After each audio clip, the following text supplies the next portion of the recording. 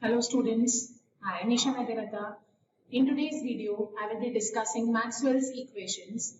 So let's start with the four equations which were proposed by Maxwell. What are these Maxwell equations? Now Maxwell's equations are actually composed of four equations with each one of them describing one phenomenon respectively. Each of these four equations describes a particular phenomenon.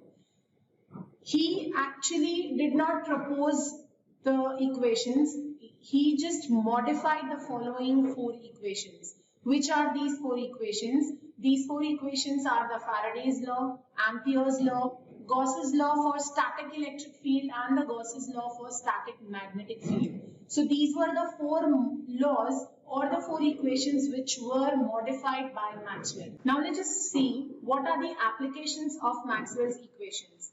So if we consider the combination of first two equations, that is the Faraday's law and Ampere's law, it explains us how an electromagnetic wave is made up of and how does it propagate through space.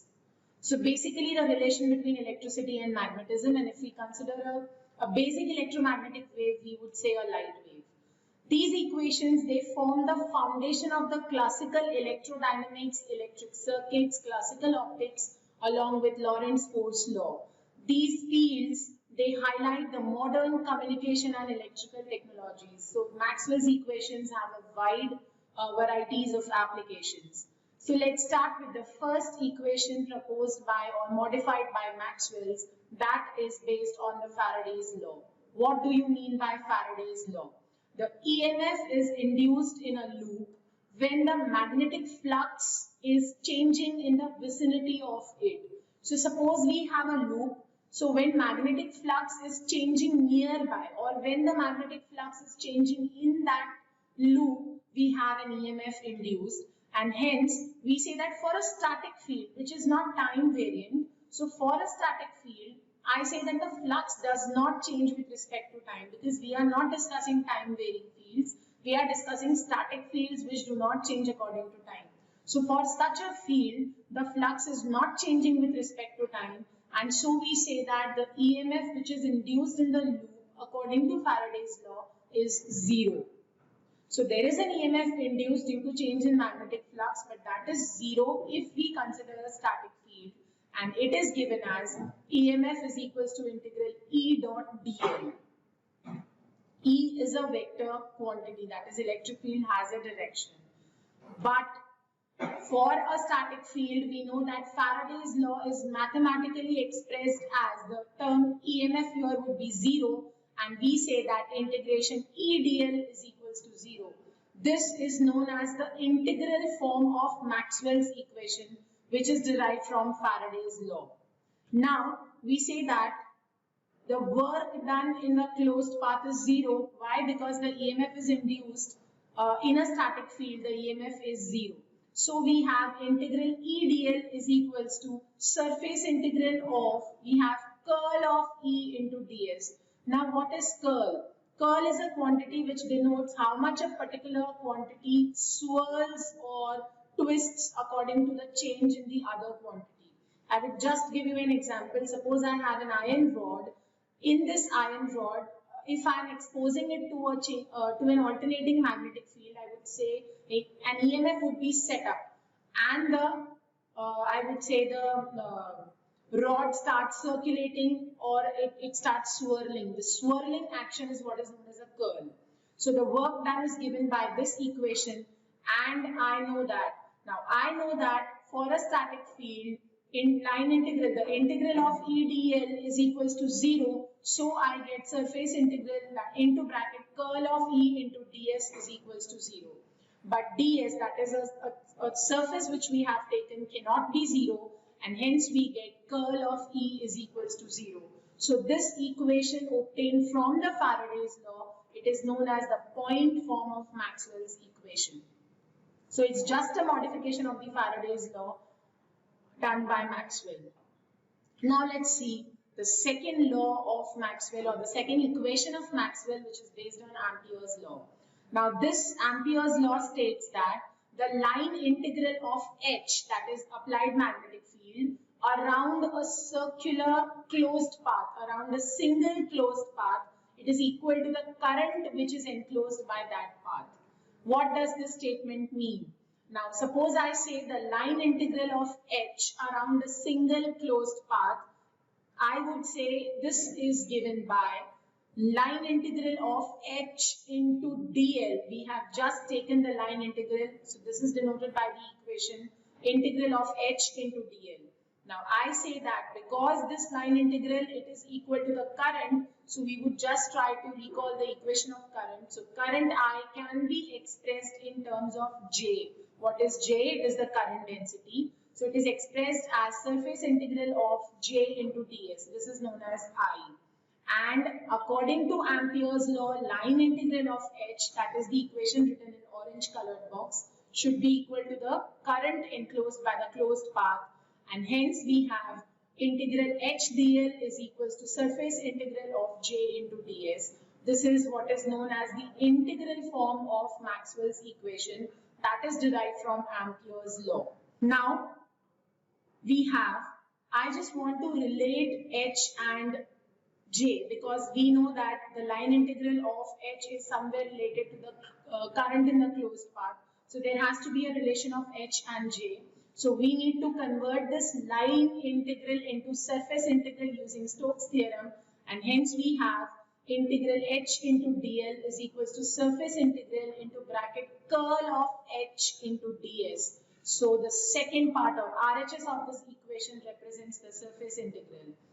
So we have surface integral of curl of H into ds is equals to surface integral of J into ds. So we have curl of H is equals to J. I have surface integrals on both of the sides and ds on both of the sides. I know that surface integral of J into ds is nothing but current, and we know that current is equals to line integral of H around a closed path, a single closed path. So according to the above equation, I can say that curl of H is equals to J. This equation is known as the Maxwell's equation, which is derived from the Ampere's law for a static field. Please remember, we are discussing this related to a static field, not a time varying field. Now let's move on to the third equation of Maxwell, which is according to the Gauss's law for electric fields, that is static fields. The total electric flux crossing a closed surface, it is equal to the total charge which is enclosed by that surface. So this equation is actually relating the electric flux to the total charge which is enclosed by a particular closed surface, and the electric flux through a closed surface is given by the equation psi is equals to surface integral of d into ds, where d is known as the displacement of the charges. The charge, the total charge can now be expressed in terms of density as, we can say that the charge enclosed by the closed surface, that is Q enclosed, that is equals to integration of rho v dv, where rho v is known as the density of charge per unit volume. So that is the reason we have written volume integral. This, according to Gauss's law, can be mathematically expressed as, so I am just relating the two. I relate electric flux, that is equals to the charge enclosed according to Gauss's law. So the above two equations can be related as surface integral of d into ds is equals to integral rho v dv. And this equation written in the purple colored box is known as the integral form of Maxwell's equation derived from Gauss's law for static field. Now I will have to relate the displacement vector with the charge density rho v. So what do? We need to convert this surface integral into volume integral. And here we will be using the divergence theorem. So this says that the surface integral of d into ds is equals to volume integral of, you have divergence of d into dv. Now what do you mean by the word divergence? Divergence means how any quantity is diverging, or it is just spreading, or how is it expanding.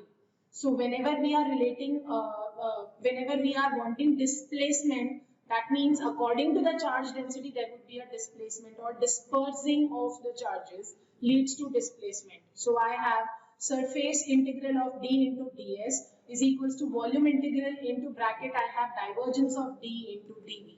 So this gives me integration of divergence of d into dv is equals to volume integral of rho v dv. I have just related the RHS with the previous equation, and so I can write.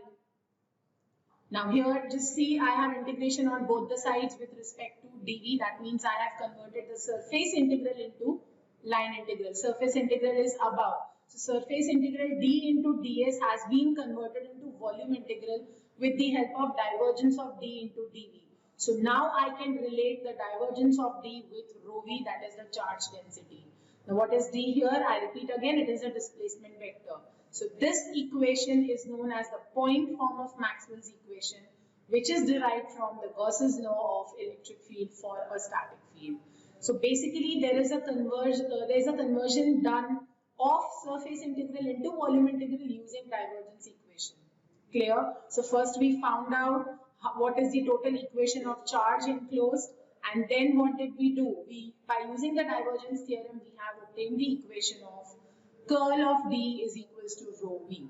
Now I'll move on to the last equation, which says the Gauss's law for magnetic field for a static field. So this law states that the total electric flux crossing a closed surface is equal to 0. So total electric flux which is crossing a surface, that is a closed surface, is equal to 0.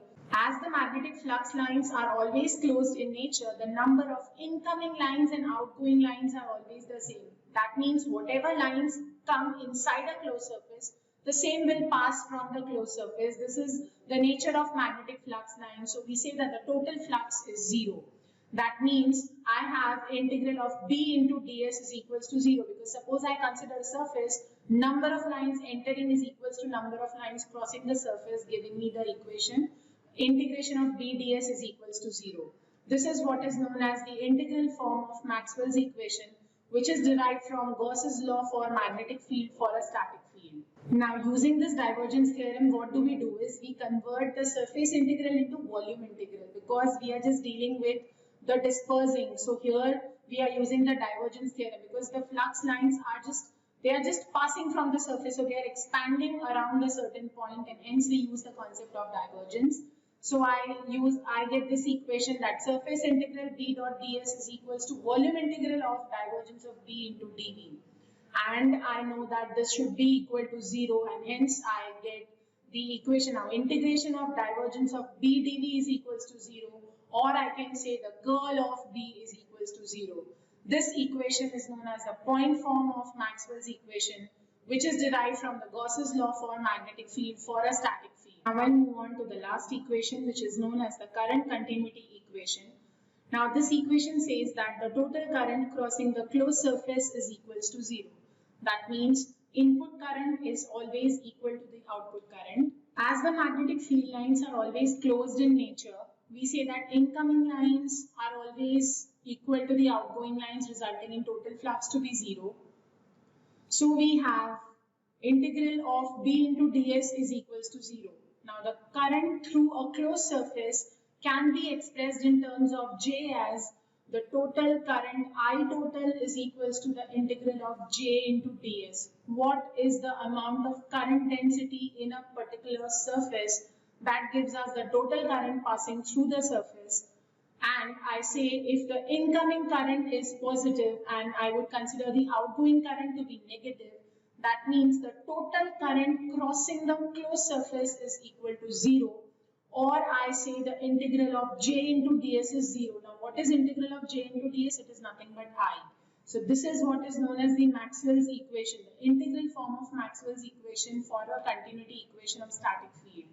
Now again using divergence theorem, because here the flux is dispersing through it, so we need to convert it into a volume integral. So I have integral of J into ds is equals to divergence of J about a certain point. So how is this current diverging? Because incoming is equals to outgoing, so total will be 0. So now I get curl of J is equals to 0, because I know that because just see the above equation. I don't know that the line integral of J into ds is 0 because incoming is equals to outgoing current. So once I convert it into the volume integral by using divergence theorem, I can say that curl of J is equals to 0. So this equation obtained from the Maxwell's equation from the continuity equation is known as the point form of Maxwell's equation obtained from current continuity equation for a static field. Now let's discuss what is displacement current. Now displacement current is a particular type of current which is related to time varying field. So right now the four Maxwell's equations plus the current continuity equation we have discussed all were with respect to static field. But this is a term which is related to a time varying field. Now let's see first what is displacement current. So it is a quantity which appears in Maxwell's equations. It is defined in terms of rate of change of electric displacement field or the rate of change of displacement vector. Obviously the displacement will change if we consider a time varying field, and for such fields I would say the curl of H. We know that curl of H is equals to J for a static field, but that is equals to J plus JD for a time varying field where JD is known as the displacement current density and JD is equals to DD by T, or I say the rate of change of displacement with respect to time. What is this displacement? This displacement is defined as epsilon into E, where epsilon is known as permittivity of a medium and E is the applied electric field. I can also modify this equation D as epsilon naught into epsilon R into E. So displacement current is basically a parameter which is related to time varying fields. So definitely we would say the curl of H. H is the applied magnetic field, that is a summation of two currents if we consider a time varying field. And what is this time varying factor JD? It is equals to the rate of change of displacement with time. So in today's video, we have discussed the four equations proposed by Maxwell's which are related to Faraday's law, Ampere's law, Gauss's law for electric field and Gauss's law for magnetic field. We've also discussed the current continuity equation and displacement current for time varying fields. Hope you have understood all the topics I discussed today very well. Thank you.